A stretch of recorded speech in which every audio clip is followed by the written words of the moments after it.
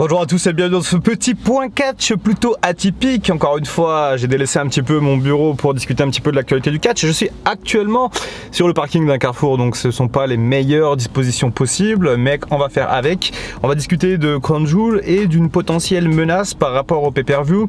Ça sera pas un point catch extrêmement long parce qu'il n'y a pas non plus beaucoup de choses à en dire, mais je trouve ça quand même assez important de vous en parler sur la chaîne. Alors désolé pour tous ceux qui attendaient la consultation de Raw hier, j'ai pas pu la faire, j'étais sur la route toute la journée. Cette semaine c'est un petit peu compliqué pour moi, faut être un petit peu partout à la fois. Et voilà, du coup j'ai pas pu faire la consultation de Raw, mais je ferai Dynamite et SmackDown cette semaine et on parlera aussi de Crown Jewel avec les pronostics qui sortiront je pense demain et l'analyse bien entendu qui sortira dimanche. Alors je vous ai parlé de menaces par rapport au PLE Crown Jewel et c'est pas des paroles en l'air, c'est pas une simple menace, c'est quand même quelque chose d'assez sérieux. On touche quand même à la partie géopolitique du monde, on sait que le monde est rempli de conflits, que voilà, c'est pas la fête des bisounours, hein. Il y a beaucoup de tensions entre certains pays et notamment entre certains pays du Moyen-Orient et des pays occidentaux comme les États-Unis. Et au Moyen-Orient, du coup, vous l'aurez compris, il y a un pays qui est pote avec les États-Unis, c'est l'Arabie Saoudite, mais sauf que l'Arabie Saoudite, elle a des ennemis tout autour à peu près qui voudraient, je sais même pas quoi, récupérer leur pétrole ou que sais-je. Et là, on est quand même sur quelque chose de très sérieux puisque l'Arabie Saoudite aurait contacté les États-Unis pour leur signifier qu'ils ont reçu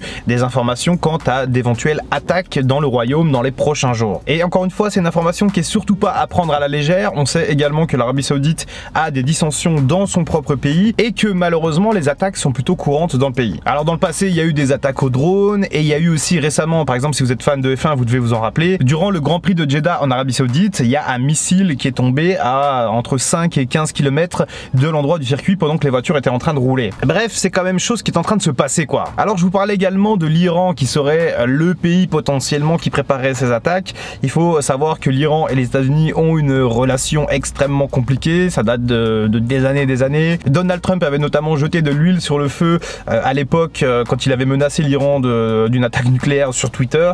Bref, les relations entre les deux pays ne sont pas du tout au beau fixe et ce qui est quand même assez perturbant et assez flippant, c'est que la promotion WWE est une promotion de catch américaine qui vient donc un petit peu dans les griffes du loup, c'est-à-dire au Moyen-Orient, là où les États-Unis sont complètement détestés et que potentiellement effectivement ça peut faire une cible de choix pour ces pays-là. Alors est-ce qu'il y a un vrai risque pour la WWE? C'est ça la question qu'on va se poser maintenant parce qu'effectivement il y a une certaine peur, il y a une certaine crainte qui émane de ces menaces. Est-ce que ce ne sont que des menaces peut-être pour faire annuler le pay-per-view pour que l'Arabie Saoudite perde de l'argent? Bref, on sait aussi ce que c'est, les menaces, les intimidations, ça peut être aussi à but commercial. Ou est-ce qu'il y a une vraie menace concernant l'intégrité des catcheurs, des spectateurs, des instances, des dirigeants? Bref, une vraie menace physique, potentiellement, je sais pas moi, armée ou que sais-je, j'ose même pas imaginer. Et là, dans ce cas, c'est quand même pas la même limonade, hein. En plus, en considérant un petit peu l'état du monde en 2022, l'état des tensions entre les pays, les tensions entre les peuples, je me dis que ça fait quand même assez flipper puisque rien n'est impossible en 2022 pour moi. Après, il y a quand même un point qui est très rassurant par rapport à ça, c'est que la WWE a déjà fait des shows en Irak, par exemple, pour le Tribute of the Troop,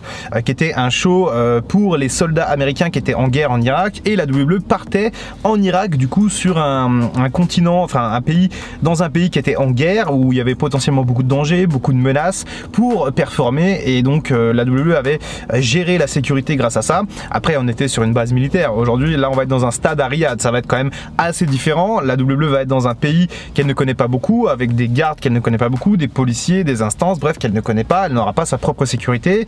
Et c'est pour ça que les gens ont raison d'être un peu inquiets. Les gens ont un peu expliqué sur Twitter, il faut annuler et tout. Je peux comprendre l'idée, je peux comprendre le point de vue. C'est sûr que s'il y a le moindre truc, en fait, on l'aura su à l'avance. Donc, ça va être extrêmement compliqué à gérer. La WWE, de son côté, prévoit toujours d'aller en Arabie Saoudite. Pour l'instant, il n'y a pas d'annulation.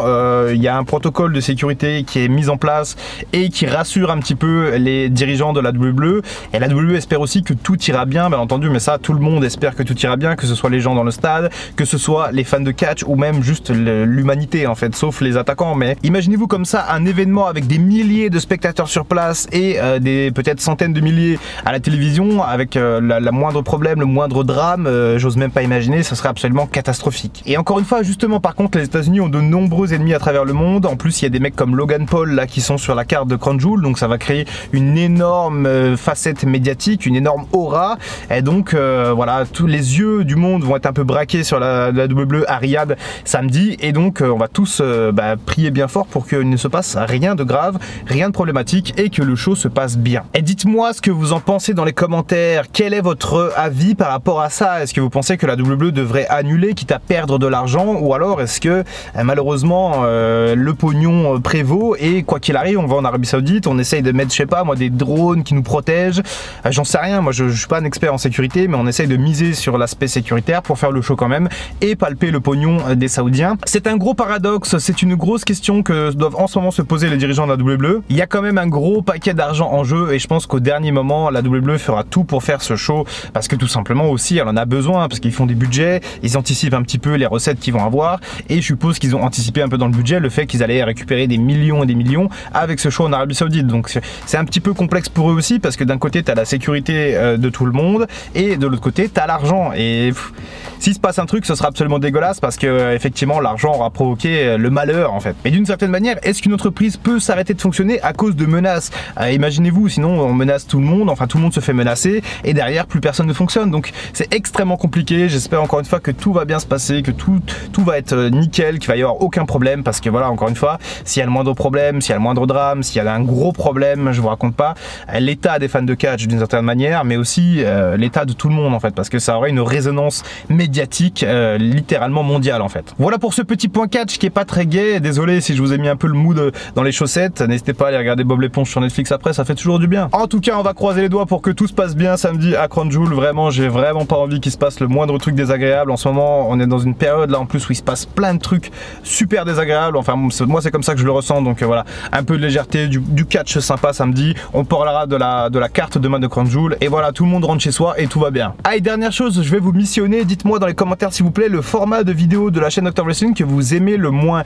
Alors si jamais vous savez pas tout ce qu'il y a, sur la page d'accueil je crois il y a toutes les playlists et du coup vous pouvez regarder, vous dire tiens celle-là non je l'ai regardée, je la trouve pas ouf ou celle-là elle m'intéresse pas. Et ben n'hésitez pas à me dire ça dans les commentaires, je fais un espèce de petit sondage géant, un petit inventaire un peu des formats pour préparer un petit peu les formats de 2023 tranquillement, qui sera sans doute d'ailleurs la dernière année à 100% sur la chaîne Dr Wrestling, ça sera la 5e année et je prépare du coup pas mal de choses plutôt intéressantes et j'espère qu'encore une fois tout ça va vous plaire. Donc voilà, je compte sur vous, n'hésitez pas à me dire ça dans les commentaires. C'était Dr Wrestling, à très bientôt pour une prochaine vidéo et en attendant comme d'habitude, prenez soin de vous.